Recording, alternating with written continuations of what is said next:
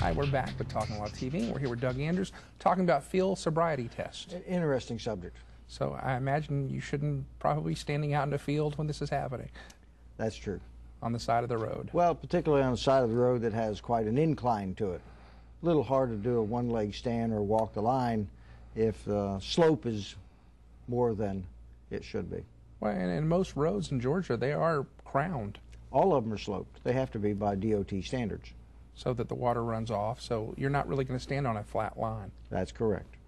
Okay, what are some of the other field sobriety tests? Well, the ones we, grew up with, so to speak, was the drop the coins, have somebody pick up coins off the ground, or the classic finger to nose test, that thing, and the finger count that I've mentioned previous shows. Blowing into a hat to see if there's an odor of alcohol and those sorts of things, but those were not proven to be very reliable. Okay. We've all seen people doing these tests. What is the officer really trying to prove? Well, most officers are looking for signs of impairment. When the field sobriety tests, the standardized field sobriety tests that have been approved by NHTSA that Georgia has adopted, trains its officers on the horizontal gaze nystagmus, the 9-step walk and turn, and the one-leg stand, those are all validated not for signs of impairment, that is a less safe condition, but they are validated for whether the person is over the limit. Why is that validation? Because they did a study around 1975 or so in Florida, and they found that at roadblocks, officers, even trained officers, would let about 75% of the people go through, that if they later checked them, which they did on this study, they checked them a couple hundred feet down the road, they tested them and found by gosh, they weren't looking impaired, but they were over the limit. And so it became the national standard to say we need more arrests and we need to discourage more people from drinking and then driving, even though it's not a crime to do so unless you're impaired over limit. And that's still the stated purpose in the field sobriety training handbook that the officers are trained on, and that's supposedly the national goal, is to discourage that behavior of lawful drinking and lawful driving. So how accurate are the tests? Well, by the original validation studies that were done in 1977, Dr. Marceline Burns found that the horizontal gaze nystagmus, that is looking at 3 different parameters, whether it's involuntary jerkiness of the eye as it moves across a horizontal plane, if it has 2 or more clues of the 3, and there's 2 eyes and each eye should have the same clue, or else you've got a brain injury maybe. But that test is accurate as a predictor that the person is above the legal limit by a 77% probability. So that means 23% of the time it's a false positive. And how do you know that you're not part of the 23%? You don't until you submit to testing on the intoxilyzer or blood test or whatever.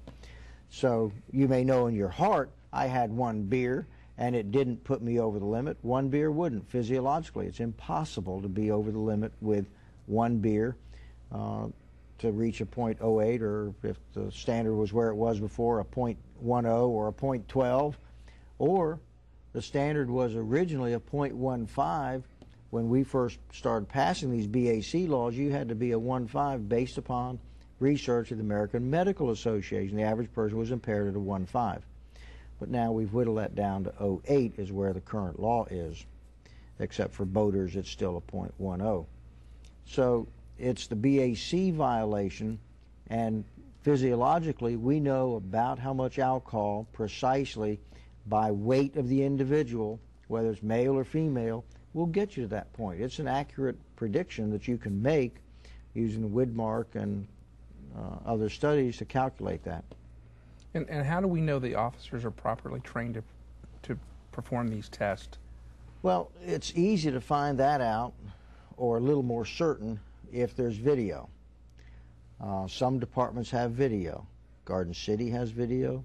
Bloomingdale, all the state troopers have it, and the Savannah Chatham Metro DUI task force all have videos. So they're subject to review on their cameras. You can get the video and look at it.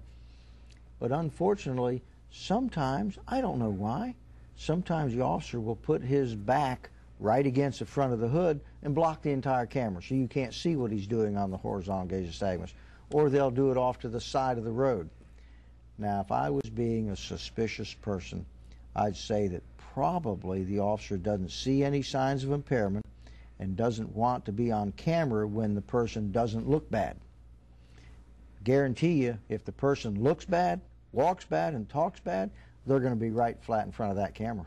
Do you have the right to tell the officer you want to make sure you're front and center on the camera? I think you can make that request. Obviously, you're under the control and direction of the police officer at that point. So once he then says, well, in my report, he's uncooperative or was argumentative, so you have to ask him nicely and then just take his answer. Well, I'm just wondering if the training they get for this is comparable to the training they get for tasers. Well, we don't go there. But if the officer is trained, you'll know it by the content of his police report. He should describe accurately the instructions that were given to the subject, as well as the observations he made. If he leaves out key words, it means he wasn't looking for the right things. And the problem with field sobriety tests is the driver is not told how it's scored. How can you pass a test if you don't know how it's scored? You don't know what they're looking for. They will give you a bunch of instructions by the book, and part of the test is a divided attention test. Can you focus on more than one thing at a time? And one of that is following instructions and doing what they're telling you at the time they're telling you. So it's divided attention.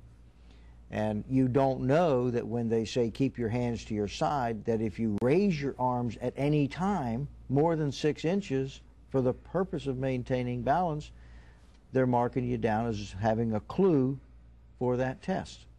So they don't tell you that when you don't follow precisely the way they say to do it. For example, they'll tell you at the end of the 9 steps, make baby steps to turn around, don't pivot. Well, most soldiers just pivot. So all of those are ways that you're scored, and I'll use the term failure because that's how the officer views it. Truly, you're just showing cues or clues to help the officer determine probable cause. So if the best we can say is they're 77% reliable, one other test bumps that to 82%, it doesn't go above that. That's still 18 out of 100 times they're wrong, and that's not proof beyond reasonable doubt. It's a screening device for arrest for probable cause, not proof beyond reasonable doubt. Okay, well, thank you so much, Doug. You're going to stick around and answer viewer mail questions. We'll be back with more right after this.